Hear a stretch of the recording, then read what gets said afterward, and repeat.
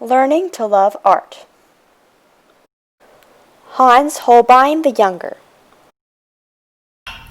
A great many things happened during the Tudor dynasty, which ruled over England during the 15th and 16th centuries.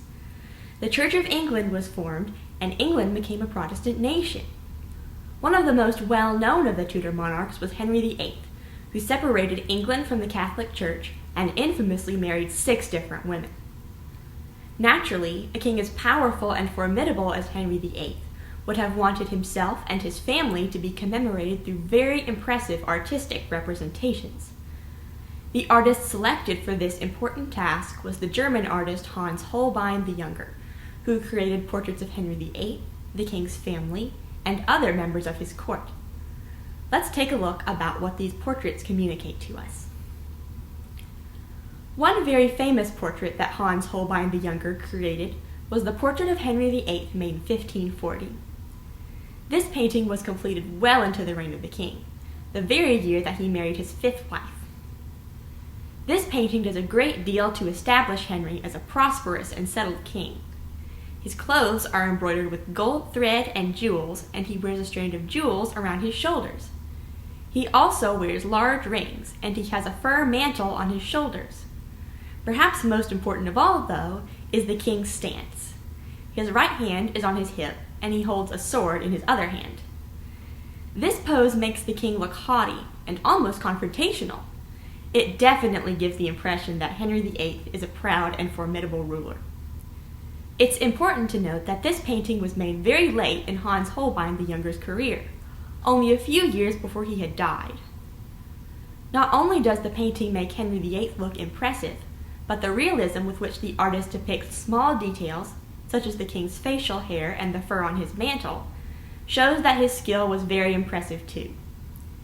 You can see this painting at the Galleria Nazionale d'Arte Antica in Rome, Italy. Another notable portrait that Hans Holbein the Younger created was Anne of Cleves, who became Henry VIII's 4th wife. Anne of Cleves was the sister of the Duke of Cleves, and spent her growing up years at the ducal court in Dusseldorf. The painting was commissioned so that King Henry VIII could see what Anne looked like, as she was one of the European ladies he was considering for his 4th wife. This painting was made in 1539, only a year before the prior painting was finished. Like the portrait of Henry VIII, this painting is very detailed. The jewels and lace on Anne's hood in particular look very delicate. Not only are Anne's clothes beautiful, but she is very beautiful herself, with her big dark eyes and her gentle smile. It is likely that the artist painted Anne in a very flattering way, because this portrait was for King Henry VIII and was meant to portray her as a good marriage candidate.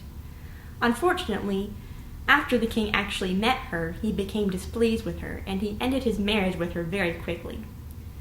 This painting is currently at the Louvre in Paris. The last portrait we will look at that Hans Holbein the Younger made for the court of Henry VIII is called Edward VI as a Child, and it was made in 1538. Edward VI was Henry VIII's only son, who reigned after his father's death until his untimely death, at the age of 15. You may very well think that this painting is not an accurate depiction of a toddler at all.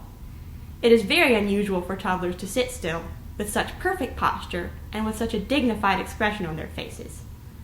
The fact that the young prince is raising his hand as if he was about to give us, the viewers, a blessing, makes the painting feel unrealistic as well. The reason why the painting illustrates Edward VI in this light is because he was Henry VIII's only son, and it was important to communicate that he would be a good ruler in his father's footsteps. This expectation is underlined by the Latin inscription at the bottom, which begins in English, "Little one, emulate thy father, and be the heir of his virtue. The world contains nothing greater." This painting is currently at the National Gallery of Art in Washington, D.C. Hans Holbein the Younger spent a great deal of his career striving to meet the expectations of his royal patrons at the court of Henry VIII. His job required him to create images that communicated strong messages about the king and his family. It is easy to understand why this would have been a difficult job. As we saw with the portrait of Anne of Cleves, sometimes the artist had to portray someone in a much more flattering way than they actually appeared. Even so, positions at court working for kings, queens, and people of noble heritage were highly sought after by artists.